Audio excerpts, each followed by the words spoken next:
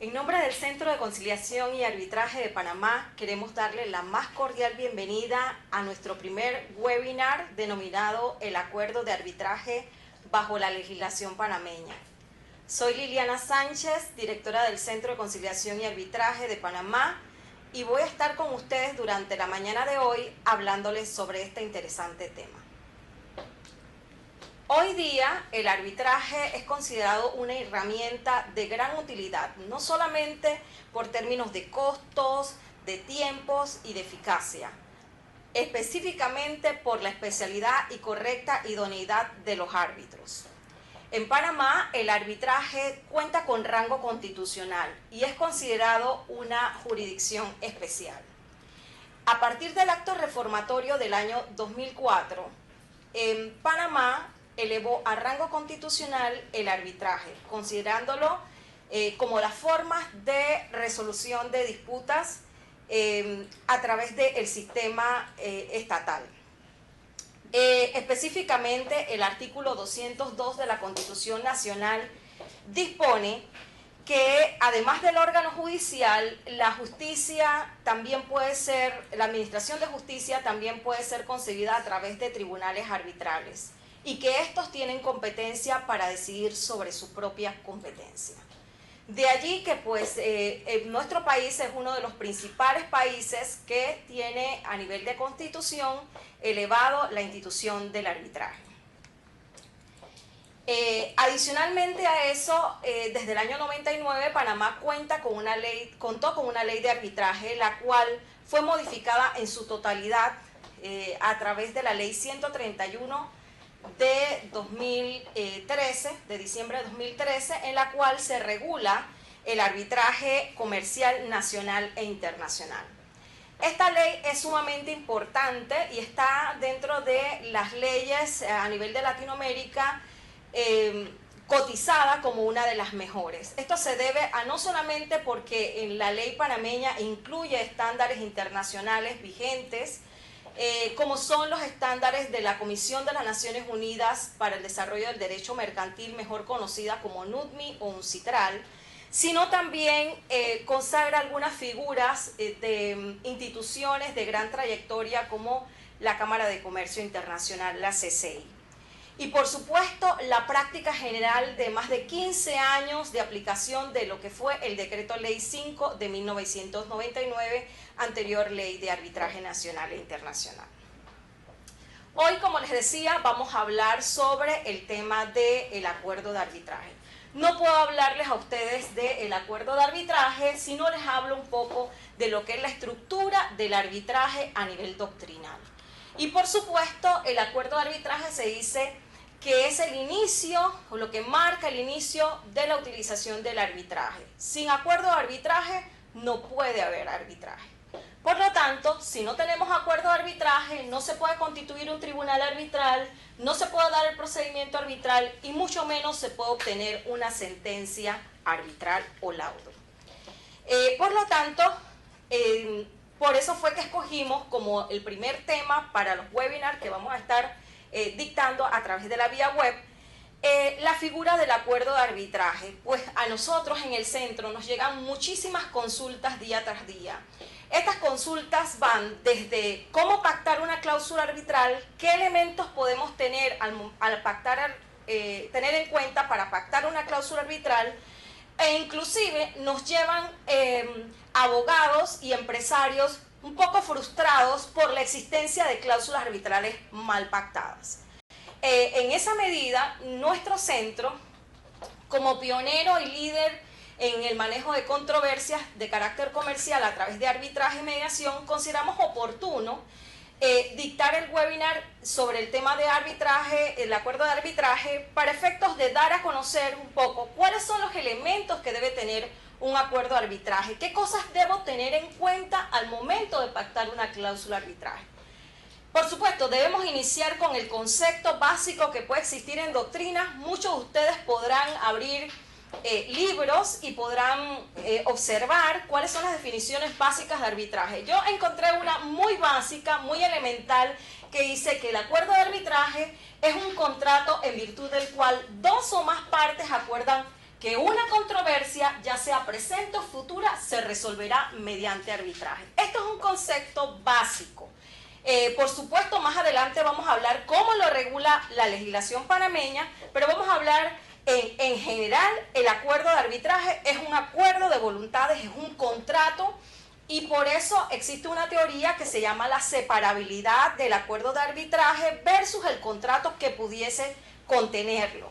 Esto es en los casos donde existe una cláusula dentro de un contrato que se refiere a arbitraje. Pues, en el momento de que usted lo pacte como una cláusula, esta cláusula es un real contrato. Y así está contenido no solamente en la doctrina a nivel internacional, sino también en la legislación panameña. Es un real contrato entre las partes. Estas partes acuerdan que esa solución, esa controversia, en el caso de que se suscite, puede resolverse a través de esta vía. Hay algunos elementos, como les decía, que para nosotros son esenciales dar a conocer para las partes cuando quieren utilizar este mecanismo. La doctrina habla de elementos esenciales, elementos útiles y otros elementos que se pueden tomar en cuenta, pero que no son, por supuesto, esenciales. Los elementos esenciales del acuerdo de arbitraje. Vamos a verlo paso a paso. El primer requisito o elemento esencial son, por supuesto, las controversias, que es el objeto de este contrato. Sin controversias no se puede ejecutar el contrato, no se puede concebir el contrato. Entonces usted tiene que determinar cuál es el objeto, qué cosas usted, en el caso de que surja una controversia, qué tipo de controversias son las que se van a resolver. Todas las controversias, algunas controversias, solamente la eficacia del contrato, solamente el pago en una determinada contrato, solamente el incumplimiento o todas y absolutamente todas las controversias. Por supuesto, sobre esto hay que tener en cuenta que usted debe ser lo más amplio posible. Si realmente el querer de las partes es quererse apartar de la jurisdicción ordinaria, al momento de pactar una cláusula arbitral, sea usted el abogado de esta parte, usted debe tomar en cuenta hacerlo de la forma más amplia posible. ¿Por qué? Porque si no lo hace de forma amplia, pensando que solamente van a haber controversias o se van a suscitar sobre A o B y C es muy remotamente posible que ocurra, entonces puede ocurrir que en el caso de que suscite la controversia hay una disputa entre las partes, una discusión que probablemente tome tiempo al tribunal resolverla referente a si es competente o no. ¿Por qué? Porque lo que le da la competencia al tribunal arbitral es el acuerdo de arbitraje. Entonces, si la controversia que se suscita no está contenida dentro del acuerdo de arbitraje, muy difícilmente el tribunal va a declararse competente sobre ese determinado conflicto. A eso me refiero yo cuando digo debe ser de forma amplia, sin dar cabida, con el fin de dar cabida a todo tipo de controversias que puedan surgir en el contrato. Si usted se pone creativo y la delimita, es decir, establece solamente para estas controversias o para esta otra controversia, puede ocurrir que cuando se surja el conflicto, hayan procesos paralelos al arbitraje de aquellas controversias que no fueron contenidas dentro del acuerdo de arbitraje. Entonces se habla de procesos paralelos en la jurisdicción judicial, pero se han debido a una cláusula arbitral mal pactada o bien una cláusula arbitral que en principio restringimos el tipo de controversias que se podían suscitar. Usted tiene que describir la controversia. Un ejemplo, por ejemplo, podría ser cualquier controversia que surgiere en conexión con el presente contrato o relacionado con el mismo, ¿verdad? Y puede agregar además, así como cualquier otro acuerdo celebrado o firmado, ahí en esta última parte usted podría incluir, en el caso de que las partes acuerden adendas, acuerden otros contratos conexos a este, pero que son entre las mismas partes, que se les olvida a las partes incluir una cláusula arbitral, usted con esta frase, así como cualquier otro acuerdo celebrado o firmado, estaría adicionalmente incluyendo dentro de la solución de controversias, incluyendo estos otros contratos sucesivos que se dan dentro de la misma relación jurídica. Entonces es importante definir, y vuelvo y reitero, el objeto de la cláusula, y mucha gente utiliza la fórmula general porque de esta forma realmente se está completando el acuerdo de las partes sin dar a dudas ninguna de la voluntad de ellas al momento de firmarla. El segundo elemento esencial que debe contener el acuerdo de arbitraje es institucional o el arbitraje ad hoc. Esta es una decisión que las partes tienen que tomar en cuenta desde el inicio de pactar este contrato o acuerdo de arbitraje. ¿Por qué? Porque en el acuerdo de arbitraje institucional, que es aquel que la mayoría de ustedes probablemente lo relaciona, que es aquel que celebramos en SECAP, que es aquel cuando usted remite a las reglas de una institución, al procedimiento de una institución preestablecida. Esta institución preestablecida puede tener un documento como este, que es un reglamento, ¿verdad? Un reglamento de arbitraje, donde contiene una serie de reglas conocidas, que son públicas, que pueden ser conocidas previamente a la controversia, previo a pactar el acuerdo de arbitraje, y que por supuesto tiene sus ventajas. La principal ventaja es que no solamente existen estas normas conocidas, sino también se confía a la institución de arbitraje de acuerdo al prestigio de esta. Usted determina si usted quiere llevar el arbitraje a donde A o donde B. Y también un elemento que hay que tomar muy en cuenta es que el seguimiento que le da esta institución a través de su personal, un seguimiento exhaustivo del expediente. Entonces, esta determinación, antes de pactar el acuerdo de arbitraje, usted tiene que tomarla en cuenta. Usted quiere un arbitraje en una institución donde le reciba su demanda, su contestación de la demanda, ¿verdad? Y vigile cada una de las fases del procedimiento, o bien usted quiere diseñar su propio traje. Eso también es válido, siempre y cuando usted cuente con la pericia para hacerlo.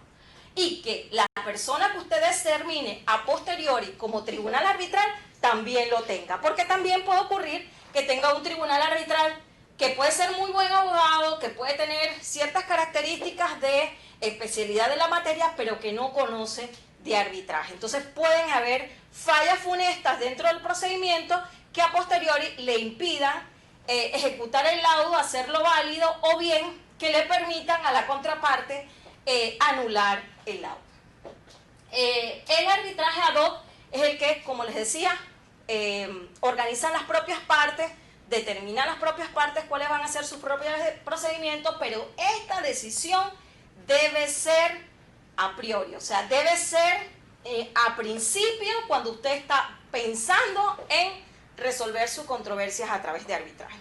Yo me he tomado la tarea de hacer una comparación porque yo creo que esto es un punto muy, pero muy importante. Yo les confieso, a nosotros nos declinan a veces de la jurisdicción ordinaria por ley, y eso lo vamos a ver más adelante, expedientes. Y cuando viene el expediente, tienen cláusulas que remiten a arbitraje con combinación de jurisdicción judicial. Ya hay fallos de la Corte donde dicen, bueno, si tiene cláusula arbitral, aun cuando diga que la combinación es con el tribunal judicial, la parte puede presentar también un proceso, se entiende que lo que querían era resolverlo a través de arbitraje, y ya hay fallos de la Corte referentes a esa materia. Sin embargo, para nosotros es sumamente dar importancia a esto. Primero, la primera ventaja del arbitraje institucional, y no sé si nos enfocan acá en la presentación, es la asistencia prestada por las instituciones de arbitraje. ¿Qué hacen las instituciones de arbitraje? ¿Para qué es lo que me cobran? ¿Por qué me cobran un costo por administrar el caso, los denominados costos administrativos? Bueno, lo que incluye es que la asistencia prestada por las instituciones arbitrales son invaluables versus al arbitraje ad hoc. ¿Por qué? Porque la institución de arbitraje pone en marcha el arbitraje, recibe una demanda, con sus pruebas, verifica que la documentación cumpla con los requisitos legales, hace los trámites de traslado o notificación de las partes, recibe la contestación de la demanda, posibles demandas reconvencionales, ¿verdad? Inicia el procedimiento. También la institución de arbitraje, en el caso de que no se hayan establecido algunos términos dentro del propio procedimiento, dentro del reglamento, establece y supervisa plazos, que se cumplan los plazos por el tribunal arbitral cuando ya esté constituido. Decide la confirmación de árbitros o objeciones de revelaciones, decide las recusaciones, supervisa el proceso cuando una parte no participa, o sea, vela porque esa parte se le notifique en debida forma. No quiere asistir, no importa, pero lo importante es que se le notifica. ¿Quién vela por eso? En un arbitraje ad hoc, muy difícilmente. Supervisa, examen de la notificación del laudo, administra los fondos, porque eso es uno de los principales problemas cuando se da el arbitraje. En un arbitraje ad hoc no hay quien supervise o quien administre los fondos, tienes que nombrar un secretario, viene el tema de el conflicto de interés, el interés sobre los árbitros en administrar los honorarios, si es que les pagan, hay veces en que no se les paga, terminan el arbitraje y no les han cancelado. Allí tienes un tercero, que sería la institución de arbitraje, quien administra los fondos. Personal de apoyo, tienes personal de apoyo para la realización de las audiencias, para la celebración de todas las gestiones, la infraestructura para la celebración de audiencias y, muy propio del SECAP, facilidades tecnológicas, no solamente para observar los expedientes, la consulta del expediente, sino plataformas electrónicas para incluir para la presentación de escritos dentro del proceso. En un arbitraje ad hoc, el tribunal es quien conduce sus tiempos, sus procedimientos, no existe supervisión de los plazos, porque la mayoría de los reglamentos o de los acuerdos de arbitraje que son ad hoc solamente dicen la forma de designación de árbitros, pero no contienen normas de procedimiento, porque es muy complejo, y la ley le permite al tribunal realizarlo, entonces, pero no hay supervisión de esos plazos. El propio tribunal arbitral resuelve las objeciones, de acuerdo a la ley, resuelve las recusaciones en el caso de que tengan conflicto de interés invocado por una de las partes, y no se requiere administrador, no se pagan costos administrativos, pareciera que fuera más barato, ¿verdad? Pero solo por consumo, en el caso de que vinieses al centro y quisieras alquilar instalaciones, solamente es por consumo, pero no se custodia expediente, no se hacen notificaciones y no se hacen muchas de las cosas que se han enunciado acá. El tribunal fija sus propios honorarios, o sea que es probable que lo que se ahorró en costos administrativos, el tribunal arbitral lo fije dentro de sus honorarios y tenga un proceso mucho más costoso, inclusive, que un arbitraje institucional.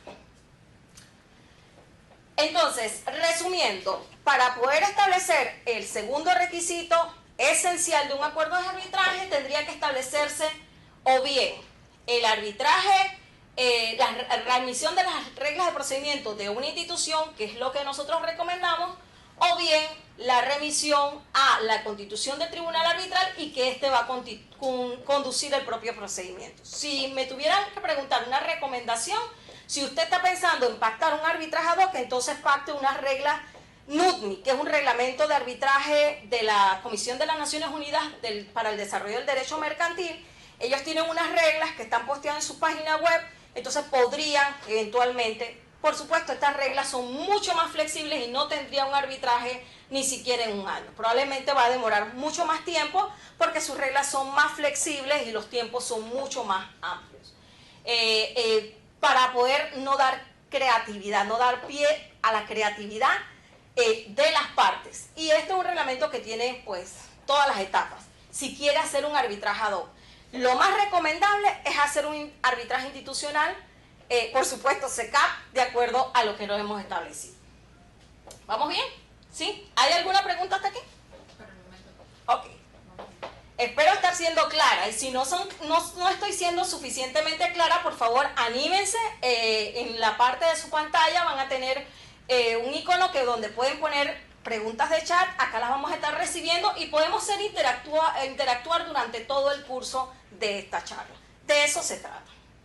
Entonces, lo que nosotros recomendamos, por supuesto, para no dar más pie a esa interpretación de cláusula o dar pie a que usted no sepa si su arbitraje se va a poder realizar, lo más recomendable es usted pactar una cláusula arbitral donde remita el reglamento de una institución establecida que tenga experiencia en la administración de casos. En este caso, pues nosotros recomendamos la cláusula SECAP, donde además de los 2 puntos, la definición que ya habíamos visto de la controversia, el objeto del contrato, de nuestro acuerdo de arbitraje, las controversias, cualquier otro acuerdo celebrado o firmado, dice, se resolverá por arbitraje mediante las reglas del Centro de Conciliación y Arbitraje de Panamá. ¿Sí?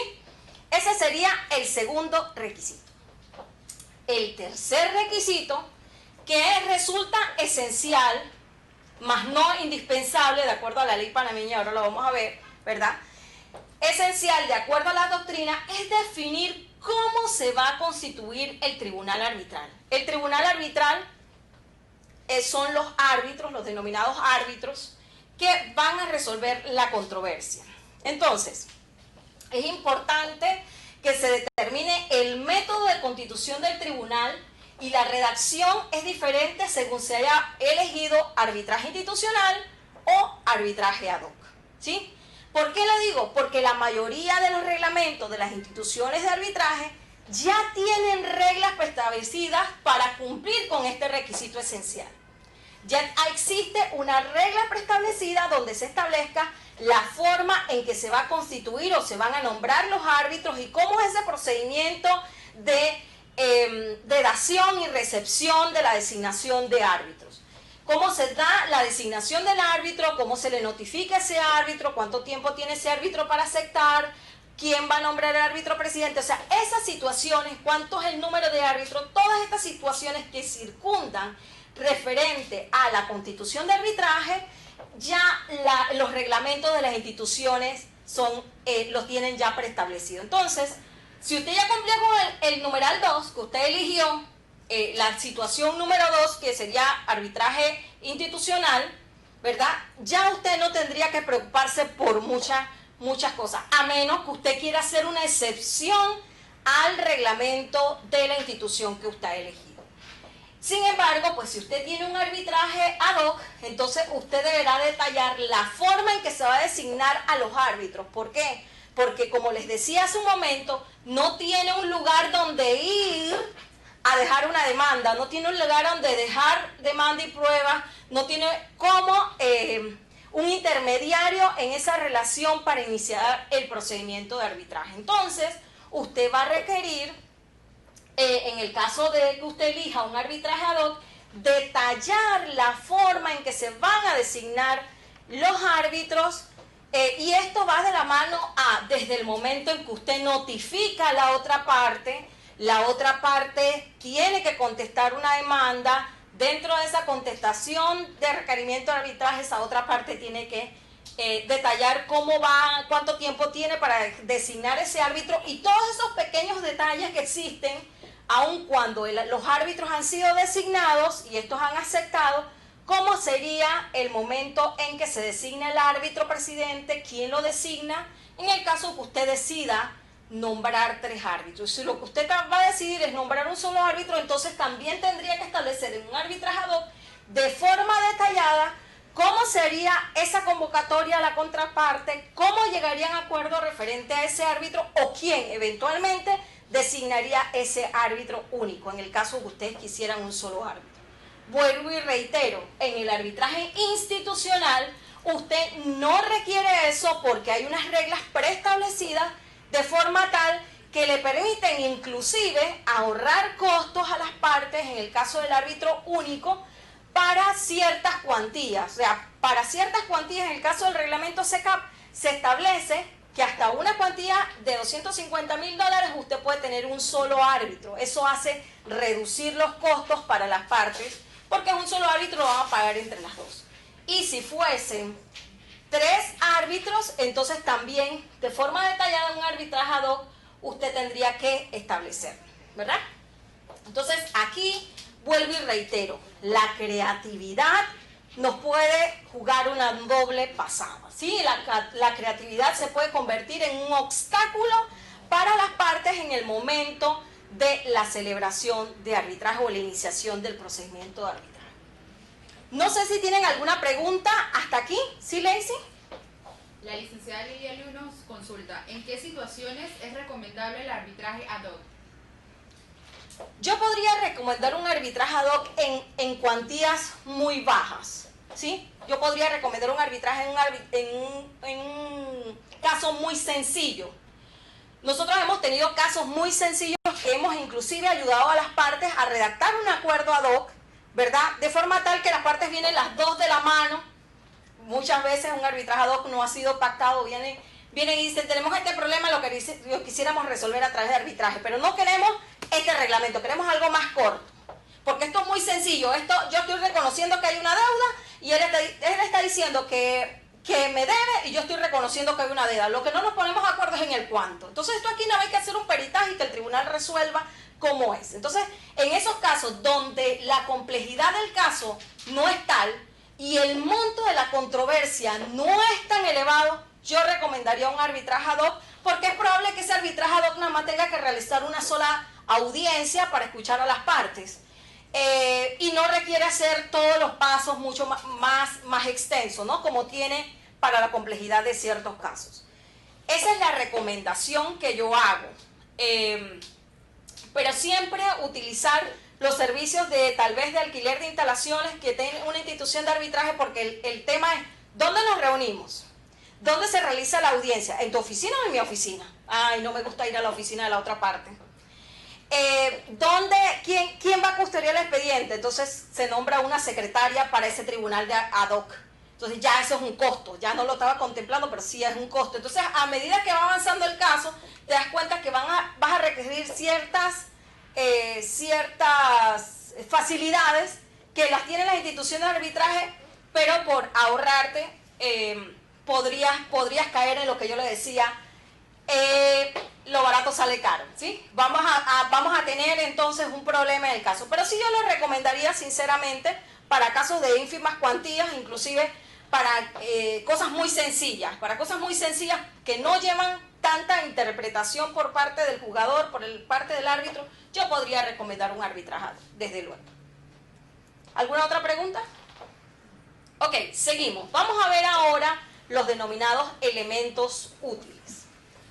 ¿Qué elementos útiles existen al momento de redactar? ¿Qué más yo podría incluir que me pueda ser realmente útil dentro de la elaboración de este acuerdo de arbitraje para no llevarme sorpresas? Para que cuando llegue mi abogado que no sabía sobre el tema de arbitraje, vaya al juzgado, le declinen competencia y cuando llegue al centro o a un centro de arbitraje, le miren la cláusula y diga, Dios mío, esto tiene un problema. Bueno, para no tener problemas hay otros elementos que también son útiles y que no deja a la interpretación, no se deja a la interpretación.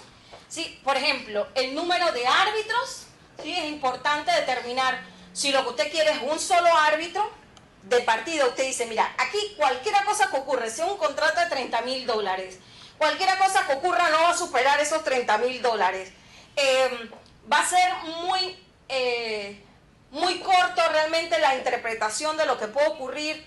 Entonces, tú sabes que vamos a nombrar un solo árbitro, porque ahí no se va a necesitar tanto criterio para decidir. O bien, podrías determinar que quieres 3 árbitros porque tú lo que quieres es un tribunal colegiado, robusto, con gente que tenga diferentes enfoques y un presidente que le establezca el equilibrio a las partes. Entonces, en esos casos podrías determinar un tribunal de 3 árbitros. Esto es muy importante. Yo he tenido diferentes experiencias. He tenido experiencias desde casos muy complejos que se le ha designado a un solo árbitro y es difícil conversar con uno mismo. Es difícil la autocrítica, es difícil la confrontación intelectual con uno mismo. Entonces, el árbitro se siente que, oiga, a veces no tan seguro de que lo que estoy decidiendo es lo correcto. Hemos tenido casos donde un solo árbitro es quien decide la controversia. También hemos tenido casos de 3 árbitros para casos muy sencillos. O sea, a veces me da dolor porque llegan partes donde evidentemente es una cuantía muy baja y donde el monto de honorarios de árbitros se encarece en virtud de que son 3 árbitros, que no se justifica. Por eso hablaba yo de que es mejor la cláusula de una institución de arbitraje, porque esa institución de arbitraje ya tiene algunas reglas, como es el caso de SECAP, por temas de cuantía. Pero el número de árbitros es importante. Si usted quiere establecer ya una regla diferente a lo que está en el SECAP, usted dice, ¿tú sabes qué? Yo, no importa el tipo de controversia que se dé, yo lo que quiero es un solo árbitro, porque nosotros no queremos aumentar los costos en el caso de que se dé la controversia. El lugar de arbitraje. Generalmente los reglamentos de las instituciones de arbitraje tienen reglas preestablecidas referente al lugar del arbitraje. Sin embargo, hay partes que les gusta establecer para que no haya duda de en cuál va a ser el lugar del arbitraje. Y ojo, el lugar de arbitraje no se tiene que confundir con la sede, ¿sí? La sede, muchas veces en la cláusula arbitral se coloca la sede para establecer dónde a posteriori yo tendría que interponer un recurso de anulación referente a ese laudo. Entonces, muchas veces se toma en cuenta el tema del lugar del arbitraje para efectos de determinar esto. El derecho aplicable a la controversia. Eso, vamos a ver aquí, es bien importante el derecho aplicable a la controversia, porque tiene que ver con el derecho de fondo, el derecho sobre el cual yo voy a resolver, ¿sí? Es muy importante. La ley panameña tiene en el artículo 56 toda una explicación de cómo se aplican las reglas para la aplicación del derecho de fondo a la controversia. Cómo el árbitro, qué cosas va a tomar en cuenta el árbitro y en qué orden para decidir la controversia, ¿sí? Y eso es muy importante, es muy útil. Muchas veces ustedes se van a encontrar que el derecho aplicable a la controversia es, por supuesto, la ley sobre la cual se regula el contrato, ¿sí? Y muchas veces en los contratos usted va a encontrar este contrato se regirá por la ley panameña, o este contrato se le aplicará muchas veces en aquellos contratos que son contratos traducidos, como contratos de distribución, de contratos de transporte. Muchas veces son contratos traducidos. Entonces, en su gran mayoría siempre pues tienen una ley, a veces que no es la panameña, pero en su gran mayoría los contratos que a nosotros nos llegan se ha aplicado para la relación jurídica entre las partes. No estoy hablando de la ley aplicable al arbitraje, el procedimiento de arbitraje. Estoy hablando de la ley aplicable a la controversia, a la relación jurídica entre las partes. Y otro elemento que puede resultar útil es el idioma, ¿sí? Muchas veces, pues, en el idioma, las partes dicen, mira, yo creo que sea en español, yo creo que sea en inglés, yo creo que se utilicen los dos idiomas a la vez. Lo pueden colocar en el acuerdo de arbitraje. La mayoría de las instituciones de arbitraje, los reglamentos de arbitraje, tienen establecido cómo se va a determinar el idioma. Y siempre es una regla de default. Es decir, siempre es en el caso de que las partes no hayan convenido eso como un elemento útil, de la cláusula. ¿Qué otros elementos podrían incluirse dentro de los acuerdos de arbitraje? Bueno, en doctrina encontré muchísimos, sin embargo traje creo que los más importantes para esta charla. Primero, nacionalidad o titulación de los árbitros. Esto es un poco complicado, porque muchas veces los contratos son complejos y uno no sabe hasta qué punto qué tipo de controversias se pueden dar. La imaginación a veces uno no le da para todas. Y dependiendo a veces de la estrategia de la parte, la estrategia del caso va a designar o no la cualificación del árbitro. Sin embargo, la doctrina lo menciona como un elemento útil. Yo lo veo como un elemento que puede ser riesgoso, porque si estableces en la propia cláusula el título que debe tener el árbitro, debe ser un ingeniero, yo he visto cláusulas complejas, dice un ingeniero experto en tal cosa. Entonces eso limita al momento de que surge la controversia. A veces eso es una limitación al árbitro que vas a nombrar para tu controversia, y a veces esa cualificación no te sirve para el tipo de reclamo que tú estás haciendo. Entonces, pero lo tengo que mencionar como un elemento que puede ser útil. También la nacionalidad, eso para mí sí me resulta útil, porque si la otra parte es mexicana y la otra parte tica, yo por supuesto podría decir que el árbitro presidente o el árbitro único no puede ser ni tico ni mexicano, por poner un ejemplo. Y se puede incluir dentro de la cláusula arbitral. También los requisitos previos a resolución de controversias. Muchos contratos tienen requisitos previos en la resolución de controversia, como puede ser la negociación.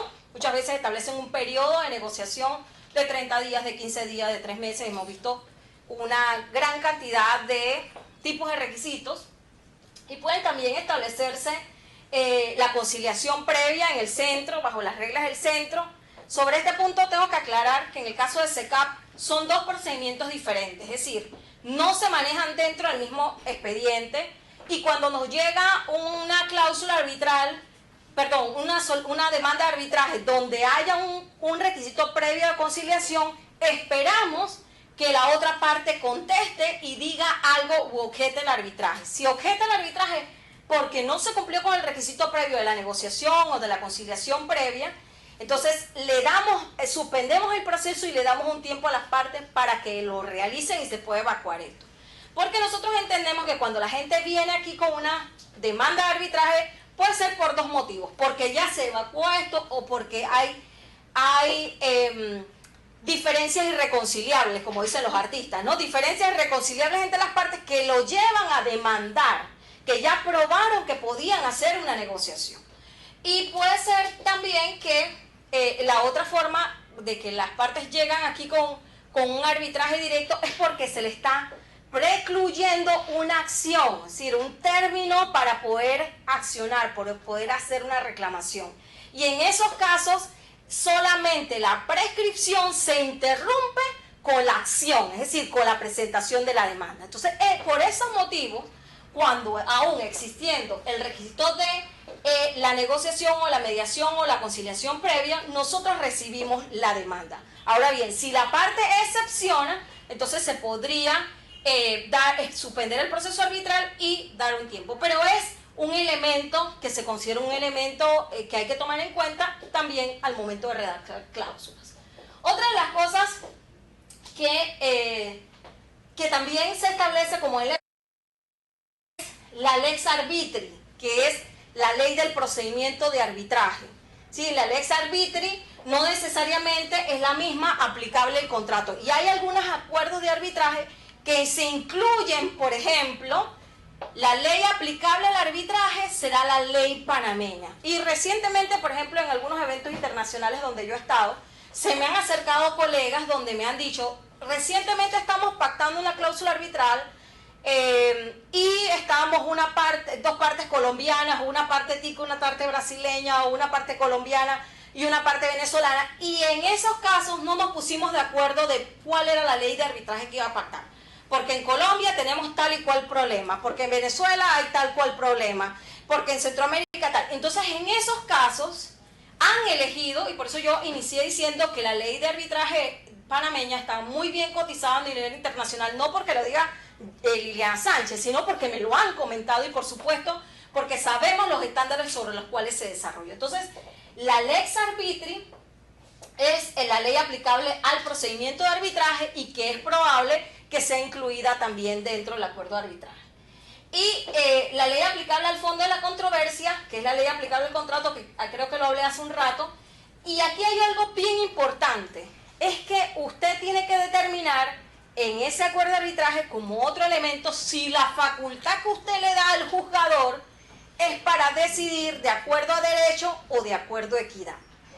De acuerdo a derecho, usted podría establecerlo dentro del acuerdo de arbitraje. Generalmente las leyes a nivel internacional que cumplen con estos estándares establecen que el arbitraje, en el caso de que no se diga nada, es un arbitraje en derecho. Y de hecho nuestra ley de arbitraje así lo contiene, cuando habla de las normas aplicables al fondo de la controversia. No obstante, se establece que para poder que el árbitro funcione como un árbitro en equidad, que el término en latín y el término doctrinal es el árbitro es quo et bono, que debe establecerse de forma expresa. Por eso está aquí como un requisito, como otros elementos que usted tiene que establecer, la forma en que el árbitro va a decidir. Y otra de las cosas que puede ser un elemento que usted debe tomar en cuenta, si quisiera, es el tema del prorrateo de las costas. ¿Quién va a pagar el arbitraje? Lo vamos a pagar por partes iguales. En el caso de que una de las partes pierda, ¿qué va a ocurrir? Y muchas veces en el acuerdo de arbitraje se establece una regla que exime al tribunal arbitral tomar una decisión a posteriori porque ya las partes les dijeron cómo tenían que decidir. Y hay veces en que en el acuerdo de arbitraje se señala que la parte perdedora correrá con todos los gastos del proceso. ¿Qué ocurre? Cuando se va a dictar la sentencia final, el tribunal ha de tomar en cuenta, y durante, por supuesto, todo el proceso, debe tomar en cuenta lo que se ha establecido en el acuerdo de arbitraje y entonces se debería establecer las reglas que han pactado las partes en ese acuerdo. ¿Hay alguna otra pregunta? Sí. La licenciada Lidia nos comenta, una empresa desea optar por un arbitraje internacional, pero el contrato que firmó indica que deberá ceñirse a las reglas de arbitraje en Alemania. ¿En dónde debe someterse el arbitraje? ¿Desde Panamá? La cláusula, repíteme la pregunta, por favor. Sí. Una empresa desea optar por un arbitraje internacional, pero el contrato que firmó indica que deberá ceñirse a las reglas de arbitraje en Alemania. Reglas de arbitraje en Alemania, ok. ¿En dónde debe someterse el arbitraje? ¿Desde Panamá? Ok, ninguna de las anteriores. A ver, esa es una regla y probablemente por el tiempo que le hemos dado a esta conferencia, no incluimos dentro de los temas, pero eso se le denomina patologías del acuerdo de arbitraje, mejor conocida como cláusula patológica. ¿Qué es la cláusula patológica? Pues lo que hemos venido diciendo, las cláusulas confusas, las cláusulas que dan pie a interpretación, las cláusulas que no contienen los elementos básicos. Esa cláusula para mí no contiene los elementos básicos. ¿Por qué? Porque establece que arbitraje en Panamá bajo las reglas de Alemania, ¿cierto?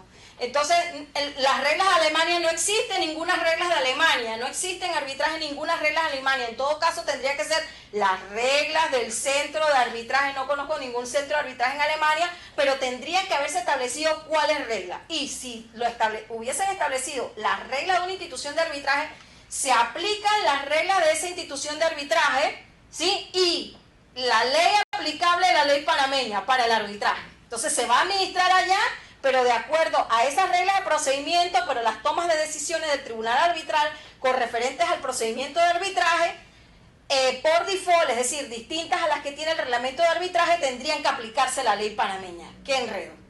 Sí, pero sí se puede hacer. Desde luego, nosotros, por ejemplo, aquí hemos tenido arbitraje en Panamá, ¿sí? En Panamá con ley panameña. Es lo más común, pero puede ser que se aplique la ley de otro país. Eso no es tan común y la gente generalmente conjuga la lex arbitri, que es la ley de procedimiento, con la ley aplicable al arbitraje, a la ley de la sede. ¿Por qué? Porque necesitan saber o estar claros de acuerdo a qué ley se podría realizar una posible anulación o ejecución del auto. Entonces, eso generalmente se conjuga, una cosa o la otra. Pero la cláusula planteada en el ejemplo de la licenciada Liu es una cláusula patológica porque no dice formas de constitución del tribunal arbitral, se ha establecido, sí, todas las controversias, sí, pero es confusa en el sentido de que no se han establecido reglas de procedimiento. Desde mi punto de vista, va a entrar una controversia entre las partes, pueden haber invocación, objeción de una de las partes diciendo yo quiero el arbitraje en Alemania simplemente para obstruir el procedimiento. El lugar del arbitraje podría ser que hace referencia solamente a la ley panameña para el tema del que les mencionaba, la lex arbitri. Pero de allí, acuérdense que la lex arbitri, dentro de las reglas de procedimiento van en su orden. Reglas de procedimiento de la institución de arbitraje en el caso que se haya establecido y segundo plano, por default, las reglas o las normas de la ley, que es lo que ocurre aquí, a menos que sea una norma imperativa de la ley. Tenemos otra consulta. Ajá. La licenciada Francesca Vázquez, buenos días, tengo una consulta. Para interrumpir la prescripción, ¿basta con la presentación de la demanda en el centro o se interrumpe con la notificación de la demanda? Desde mi punto de vista, desde el momento en que se presenta, y así lo han establecido los jueces nosotros, los jueces panameños, no puedo hablar a nivel internacional, ¿no? Nosotros desde el año 2005 tuvimos conversación con los jueces, hemos hecho muchas capacitaciones con los jueces de circuito, que son en su gran mayoría los que manejan los procesos arbitrales y demás, lo que tengamos en puntos de contacto con la justicia, con la jurisdicción estatal, y la han entendido que es desde el momento en que se presenta la demanda en el centro, para interrumpir la prescripción. Desde el momento que se presenta la demanda del centro, porque el centro tiene un término, ¿sí? Un término para hacer la notificación y demás. Pero con la presentación significa que tú estás demandando a la parte. ¿Sí? Ok, seguimos. Bueno, entonces, para concluir esta primera parte de los elementos que debe contener el acuerdo de arbitraje, entonces aquí les doy dos recomendaciones de lo que he podido plasmarle acá. Dos recomendaciones básicas. Si usted va a hacer un arbitraje ad hoc, pacte reglas NUTMI. Son largas, son más complicadas porque están hechas un poco para el arbitraje internacional, pero no le dan pie a interpretaciones. Si va a ser un arbitraje institucional, por supuesto nosotros recomendamos la cláusula CECAP. Es un reglamento bastante nuevo del año 2015, donde hemos incluido no solamente la práctica arbitral del CECAP por más de 15 años, sino también hemos incluido algunos temas de novedad, ¿verdad? Como son el procedimiento de confirmación de los árbitros, la decisión de recusaciones, se han incluido la acumulación de procesos, los procesos multipartes, el arbitraje del Estado y una serie de normas que probablemente algunas otras instituciones no las contienen y que da, por supuesto, el sello de garantía de experiencia del manejo de los procedimientos. Vamos a ver ahora entonces el tema que nos atañe, el tema del acuerdo de arbitraje. Ok. El acuerdo de arbitraje de la ley 131. Realmente la ley 131 tiene pocos artículos referentes, creo que son 3 artículos referentes al acuerdo de arbitraje, y vamos a ir dividiéndolos un poco, ¿verdad?, para hacerlo de forma más didáctica. Definición. Enfoquemos allí la definición de arbitraje contemplada en la ley. Dice que el acuerdo de arbitraje es aquel medio del cual las partes deciden someter las arbitraje todas las controversias o ciertas controversias que han surgido o pueden surgir entre ellas de una determinada relación jurídica, contractual, no contractual. El acuerdo de arbitraje podrá adoptar la forma de una cláusula compromisoria incluida en un contrato o la forma de acuerdo independiente. De esta definición podemos sacar varias cosas. Primero, la afirmación que hemos dicho desde un inicio: sin acuerdo no hay arbitraje. Segundo, las controversias pueden ser presentes o futuras, es decir, usted en este momento tiene un problema, puede pactar ahorita o puede pactar para el futuro en un contrato. Puede o no haber contrato, porque habla de relación jurídica. La gente puede tener una relación jurídica sin contrato, y habla de, pues, puede ser contractual o no contractual, no dando duda de que puede haber arbitraje sobre relaciones, sobre contratos o relaciones jurídicas no escritas. El acuerdo de arbitraje podrá adoptar la forma de una cláusula compromisoria incluida en un contrato o la forma de un acuerdo independiente. Entonces, el acuerdo de arbitraje puede adoptar la forma de cláusula compromisoria incluida en un contrato o acuerdo independiente. Lo que quiere decir es que, a pesar de que se eliminó el artículo de la ley de arbitraje, el decreto ley 5 del 99, donde hablaba de modalidades, algo muy básico, la verdad, en sus inicios, hoy, de forma mucho más innovadora, la ley de arbitraje resume la definición de acuerdo de arbitraje muy similar a la ley modelo UNCITRAL, incluye dentro de dos líneas las modalidades que pueden ser a cláusula o adenda o un acuerdo independiente de las partes. ¿Cuáles son los requisitos para que un acuerdo de arbitraje, de acuerdo a la legislación panameña, sea válido? El artículo 16 de la ley contempla que, en principio, que el acuerdo de arbitraje debe ser por escrito. Pensaríamos entonces solamente en papel, solamente firmado, solamente rubricado. Pues tiene una interpretación muy amplia. Esta interpretación muy amplia tiene sus cimientos en la Convención de Nueva York, muy conocida a nivel internacional, Convención sobre el reconocimiento y ejecución de sentencias arbitrales extranjeras. La convención es de 1958, Panamá la ratifica en octubre del 84 y también tiene sus cimientos en la ley modelo de UNCITRAL. O sea que esto no es un invento de la comisión redactora de la ley. Realmente esto tiene su fundamento a nivel internacional y es muy similar a lo que ocurre a nivel internacional. Y señala que el acuerdo se entiende que consta por escrito y se entenderá que el acuerdo de arbitraje es escrito cuando no quede constancia en su contenido de cualquier forma. Ya sea que el acuerdo de arbitraje o contrato se haya concertado verbalmente mediante la ejecución de ciertos actos o por cualquier otro medio. Dirán, Liliana, ¿pero esto qué es?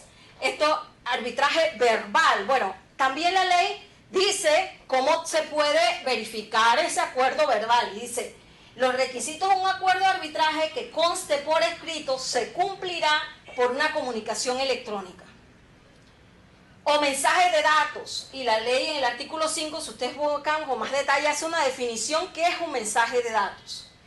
Si la información en ella consignada es accesible para la ulterior consulta. No es que yo digo, me invento que hubo un intercambio de correos y nosotros acordamos un arbitraje, ¿verdad? Sino que debe haber la ejecución de ciertos actos o medios con los cuales la parte haga constar efectivamente el acuerdo de arbitraje. Además de eso dice, la constancia escrita, cuando haya intercambio de escritos de demanda y contestación en los que la existencia de un acuerdo sea firmada por una parte y no es negada por la otra. Es decir, no hay acuerdo de arbitraje en un contrato, no hay correos electrónicos, pero usted presenta una demanda de arbitraje, se le da traslado a la otra parte acepta y esa otra parte no niega la existencia de acuerdo de arbitraje, más acepta el arbitraje.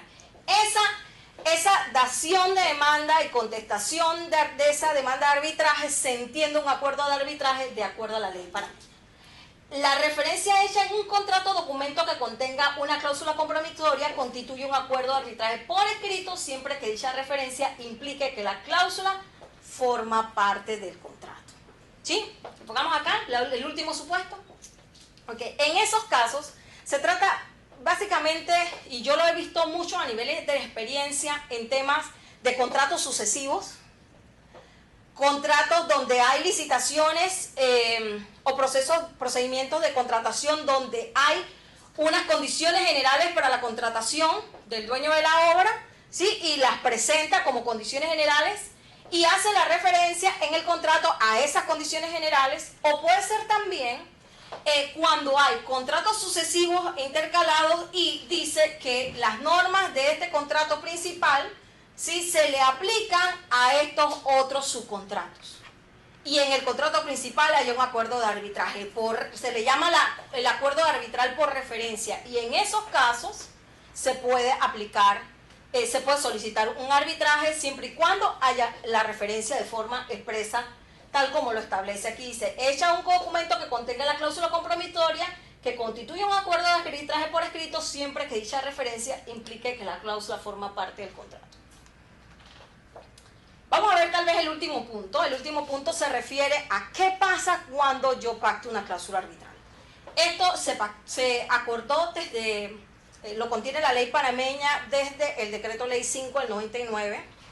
Hubo mucha discusión si efectivamente se mantenía o no esta norma de la forma en que estaba redactada. Sin embargo, se hizo algunas modificaciones muy cosméticas y realmente el artículo 17 contempla específicamente que los efectos de pactar una cláusula arbitral son sustantivos y procesales. En doctrina ustedes van a encontrar efectos positivos y efectos negativos. Realmente se les denomina así en doctrina el efecto positivo del sustantivo y el efecto procesal el negativo, ¿verdad? Y el efecto sustantivo es el que obliga a las partes a cumplir con lo pactado, ¿sí?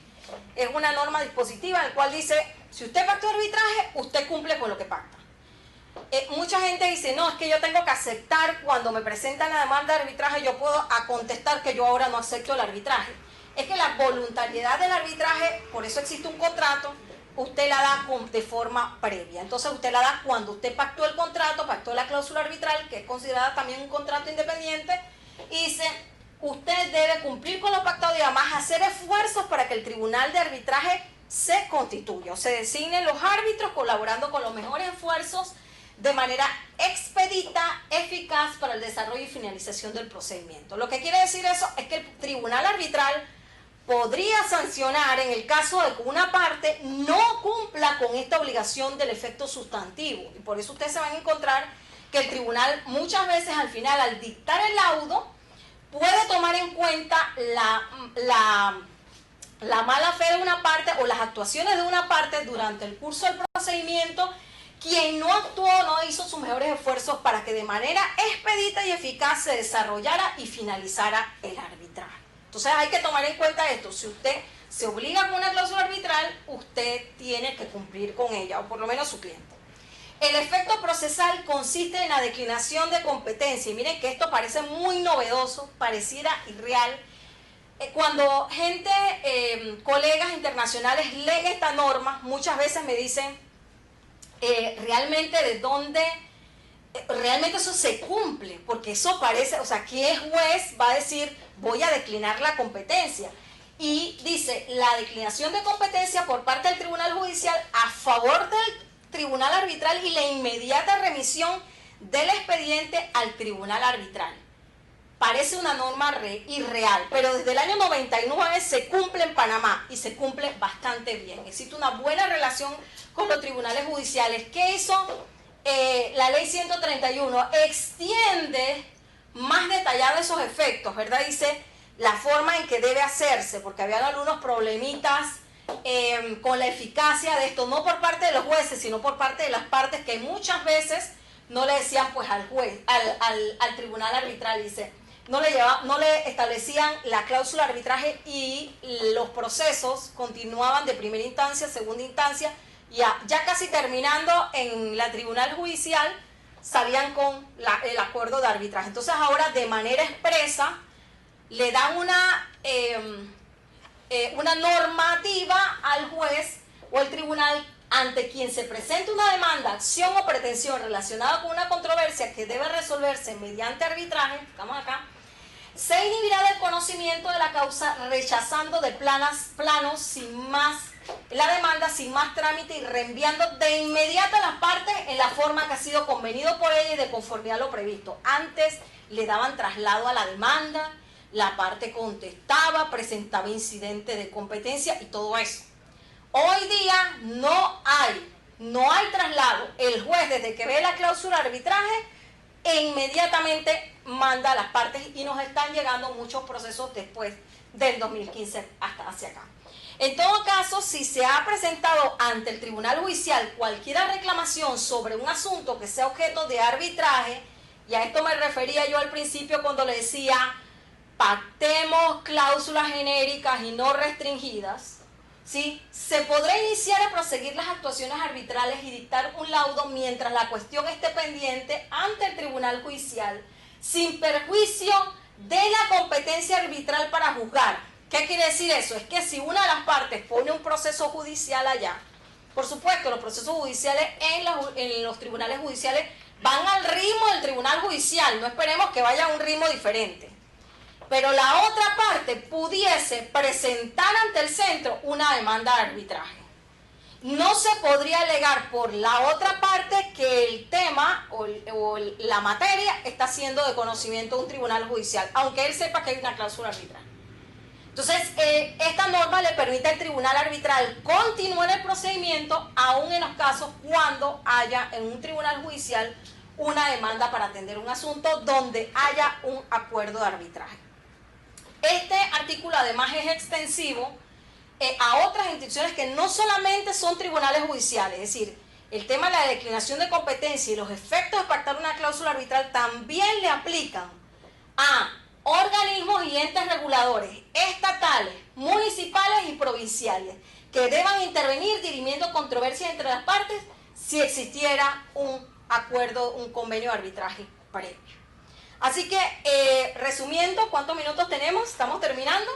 ¿Sí? En conclusión, básicamente, en Panamá se requiere un acuerdo de arbitraje para hacer uso de la jurisdicción arbitral, en la forma que hemos venido conversando.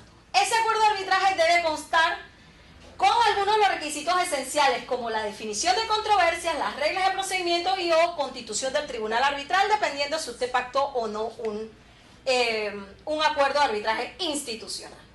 Lo más conveniente es pactar un acuerdo de arbitraje institucional como el acuerdo de arbitraje de SECAP. Por supuesto, yo les recomiendo que ustedes pacten una cláusula arbitral SECAP. El próximo año que viene vamos a estar cumpliendo 25 años seguidos de servicio en la Administración de Justicia Privada. Y en Panamá, el acuerdo de arbitraje debe constar por escrito. Sin embargo, la característica es que usted pudiese validarlo a través de otros mecanismos, ¿verdad?, a través de otro documento, otras constancias de que ese acuerdo inclusive haya sido concertado por escrito mediante la ejecución de ciertos actos o por cualquier otro medio tecnológico, lo que hablábamos yo hace un rato de el correo electrónico e inclusive intercambios de chats. Ahora bien, así que hay que cuidarse lo que usted escribe por chat. Pero bien, lo importante es que la ley dice que se tiene que constatar, ¿sí? Es decir, para posterior consulta por el tribunal arbitral, por supuesto que una parte pudiese invocar una excepción de competencia. Pactar un acuerdo de arbitraje lo inhibe de utilizar la jurisdicción estatal o tribunales judiciales. Es decir, te pacta una cláusula arbitral, después no pretenda ir al juez de tribunal. Acuérdense de eso, el arbitraje es voluntario, pero la voluntariedad del arbitraje tiene que ver con la forma, el momento en que usted pactó. Cuando usted pactó, nadie lo obligó. Entonces el consentimiento que usted le expresa expresan las partes es el momento que usted pactó la cláusula arbitral. Una vez usted la pacta, usted tiene la obligatoriedad de cumplir. Por acá hay una pregunta. Tenemos otra consulta. Ana Olivella, ¿cómo proceder si se obligan las partes en un contrato de compraventa? Un contrato de compraventa de inmueble con un compromiso arbitral, si se utiliza sin hacer un balance entre el monto del contrato y el costo del arbitraje. ¿Entre el monto del contrato? Y el costo del arbitraje.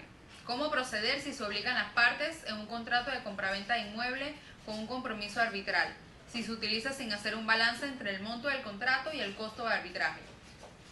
Bueno, si lo pactó, tiene que hacerlo cumplir, ¿sí?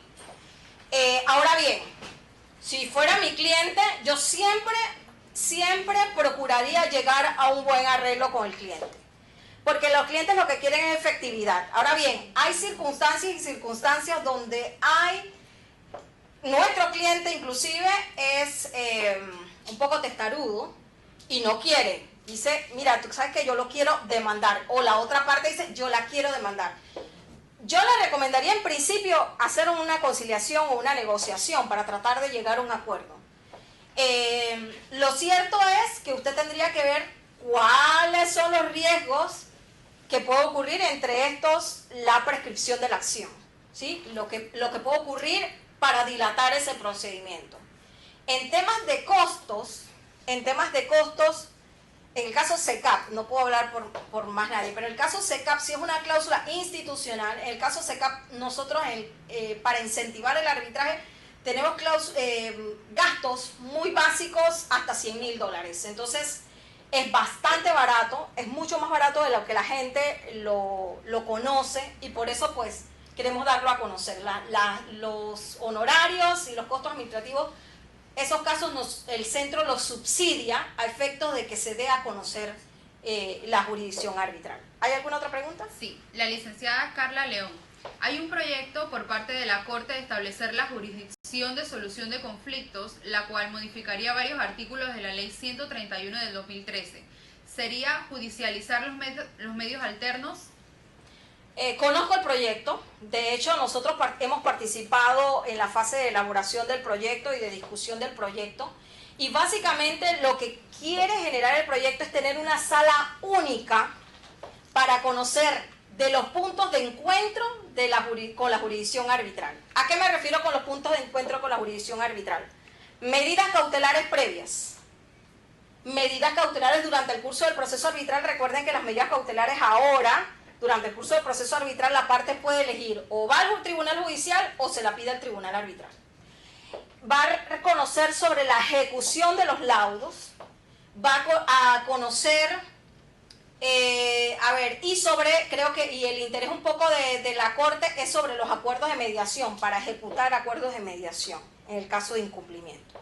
Entonces, lo que realmente, y pienso yo, es un poco lo que se hace con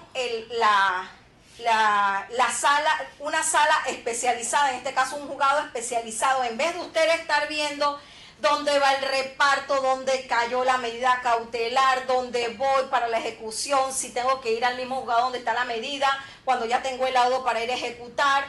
En vez de estar haciendo toda esta conjetura, va a radicar en un solo tribunal todos estos trámites y usted no va a estar preguntando ni dando pie. Aparte de eso, tiene una gran ventaja, y es que podríamos especializar a esos funcionarios de ese tribunal, más o menos como el tribunal, el tercer tribunal superior, que es el de temas de comercio y defensa de la competencia generalmente, y actuaría de esa misma forma, donde las decisiones prácticamente no pueden ser anulables a posteriori, o sea, una única instancia. Busquemos un poco la jurisprudencia de las decisiones del Tribunal Superior, del tercer Tribunal Superior, versus lo que se puede llevar a la Corte, y que se ha cambiado es casi mínima. Entonces, realmente no se trata de judicializar. Lo que se ha tratado, y es la intención del órgano judicial y inclusive de las entidades privadas, es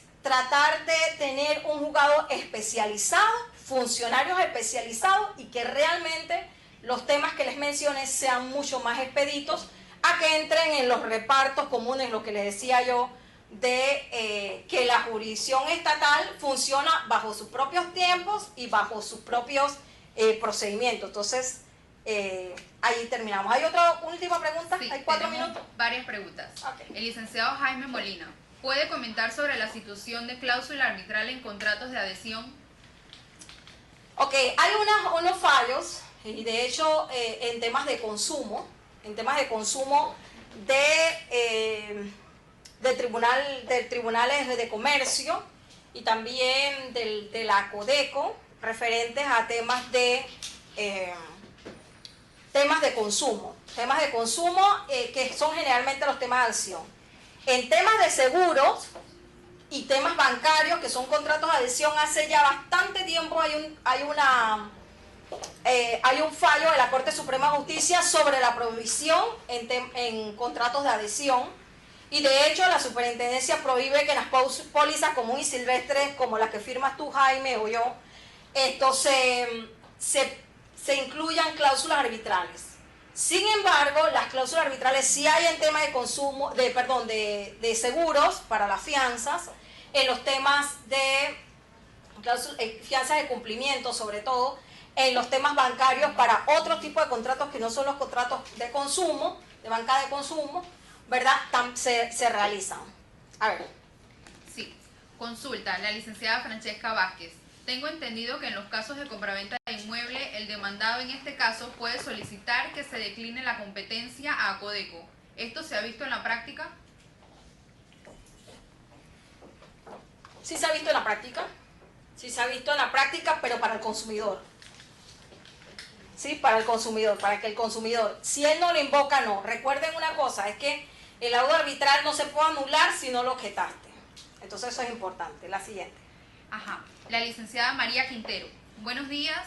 Cuando una de las partes en controversia es un organismo público, ¿es recomendable redactar una cláusula escalonada con el procedimiento de conciliación previo? Por supuesto, y sí hay muchos casos. La mejor experiencia, y se las digo, la mejor experiencia la tiene la ACP, Autoridad del Canal de Panamá, donde tienen procedimientos previos, inclusive antes de poder invocar el arbitraje. Y definiendo el reclamo, en primera instancia, un reclamo ante el jefe de contrataciones, y luego unas fases de conciliatorias y de mediación antes de. Pero tienen diferentes tipos de cláusulas, pero ellos tienen muy buena experiencia en ese sentido. ¿Alguna otra pregunta? Tenemos el de la licenciada Lilia Liu. Nos consulta sobre las recomendaciones. ¿Es recomendable el arbitraje ad hoc? ¿En qué situaciones? Esa creo que ya la contesté hace un rato, ¿no?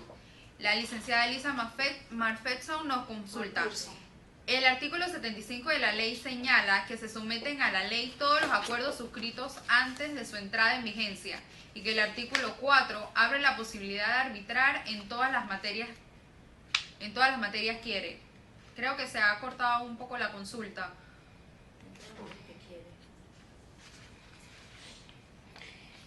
Sí, realmente este artículo es muy similar a lo que teníamos antes.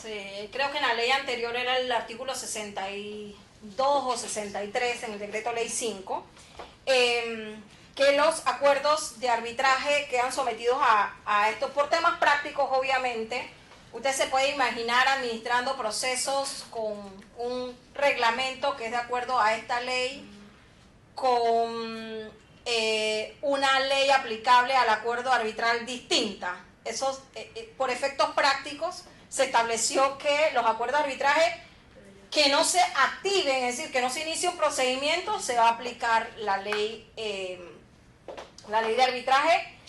Dice, los acuerdos de arbitraje anteriores a la fecha de entrada de la vigencia de ley quedan sometidos a esta ley, salvo pacto en contrario a la ley, es decir, que expresamente digan que quieren que se dé lo contrario. Los procedimientos en curso de los tribunales arbitrales constituidos se regirán por el decreto ley, es decir, nosotros tuvimos todos los procedimientos de arbitraje antes de la entrada en vigencia de esta ley, que si no mal no recuerdo es el 8 de enero de 2014, todos los procedimientos de arbitraje que habían iniciado, que se había ya constituido tribunal arbitral y no habían prácticamente hecho ninguna gestión en el tribunal arbitral, todos quedaron sometidos a la anterior ley.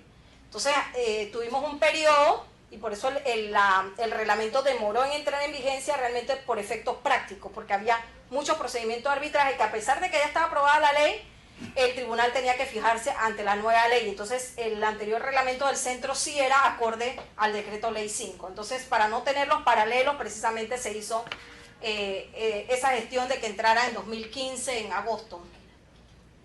Tenemos una última pregunta, por favor. La última pregunta con la licenciada Erika Estrada. En su experiencia, ¿cuánto podría cobrar un árbitro en un arbitraje ad hoc?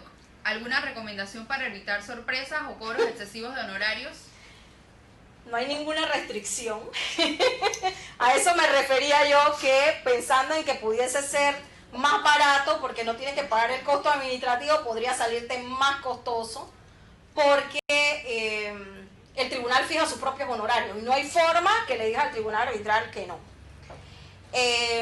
Entonces, yo he visto algunos casos, nosotros tenemos alquiler de instalaciones para algunos casos ad hoc, y yo he visto algunos casos donde los honorarios del tribunal arbitral lo han hecho conforme a tablas internacionales, o sea, que son probablemente 2,5 veces más de lo que nosotros cobramos en el centro en temas de honorarios de árbitro. Entonces, es un riesgo.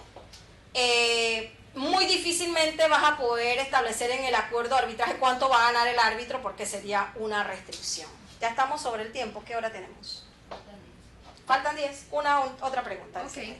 La licenciada Elisa McPherson, dicho de otro modo, ¿me puede aplicar el decreto de 1999 y no ser arbitrable mi proceso de protección al consumidor por ser un acuerdo de arbitraje ante la ley 131? Repíteme la pregunta, porque no entendí. Dicho de otro modo, ¿me puede aplicar el decreto de 1999 y no ser arbitrable mi proceso de protección al consumidor por ser un acuerdo de arbitraje ante la ley 131?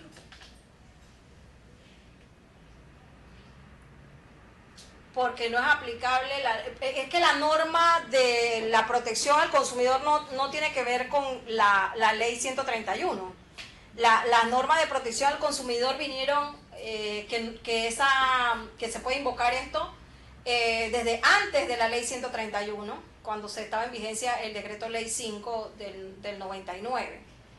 Entonces se podía presentar allá. Realmente se podía presentar y creo que hoy día también se puede invocar. El artículo de la declinación de competencia para otras entidades, que a ver si yo la tengo por acá. Ajá. Organismos y entes reguladores estatales. Desde mi punto de vista, Si lo hace el consumidor, es válido. O sea, puedes invocar la excepción. Si lo hace el ente económico, no creo que te lo reconozcan como tal. O sea, no creo que ellos tengan la obligatoriedad de decirlo, porque podrías excepcionar esto, Lisa.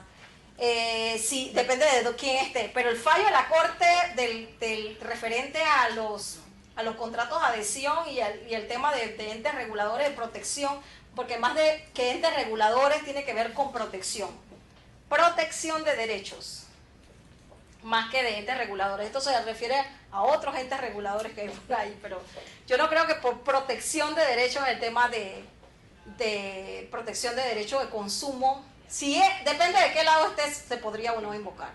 No sé si respondí la pregunta. ¿No han contestado? Sí, ya. Ok.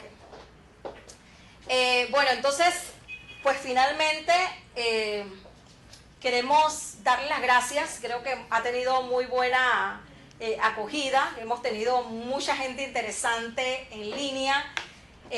Una lista de más de 50 participantes para este webinar. Y bueno, esperemos que sea en principio una iniciativa. Nos gustaría que nos dejaran sus comentarios, si les gustó, qué otros temas les pudiese interesar, que nosotros pudiéramos darlo a través de este mecanismo y poder implementar pues a futuro una forma efectiva de estar en contacto con ustedes, de poder saber de ustedes, de las materias que a ustedes les interesa, para hacer futuras pues presentaciones. Soy Liliana Sánchez, estoy a las órdenes, ahí están los números de contacto del centro y a través de nuestras redes sociales nos gustaría que nos siguieran. Vamos a estar dando mucha más información a través de ellas y dándoles información actualizada, no solamente de la dinámica del centro, sino de lo que ocurre a nivel internacional en arbitraje. Muchas gracias y que tengan excelente día.